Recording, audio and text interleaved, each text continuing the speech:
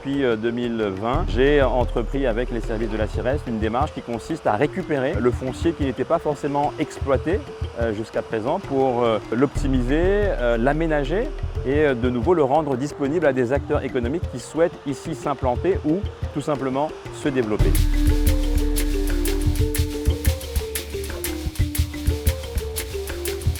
La zone d'activité économique de Pagnandy, elle est désormais bien connue. Elle a fait l'objet d'une première phase d'aménagement et de commercialisation à des acteurs économiques. Et depuis quelques années maintenant, eh bien, nous travaillons à son extension sur une quinzaine d'hectares. Là encore, l'objectif, c'est de pouvoir répondre aux nombreuses sollicitations d'opérateurs économiques pour pouvoir leur permettre de s'y installer, de créer de l'emploi, de créer de la richesse, de la valeur ajoutée. Et là encore, de permettre de travailler sur l'attractivité de notre territoire et notamment en créant un vrai pôle industriel pour l'ensemble des opérateurs économiques qui le souhaitent. Nous mettons également un accent au sein de la CIRES sur le développement de compétences industrielles et également sur l'innovation.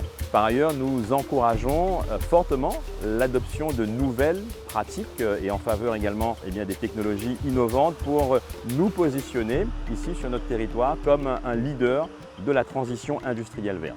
La CIRES accueille notamment sur son territoire des entreprises innovantes en la matière, notamment sur Saint-André avec Albioma, autour de la biomasse. Parmi les autres exemples que je pourrais également vous citer, il y a celui de la distillerie de Rivière-du-Mât qui s'est engagée dans une démarche aussi de transition écologique à travers la méthanisation, un processus qu'elle met en œuvre depuis déjà quelques temps et qui s'inscrit parfaitement dans la vision de la CIRES.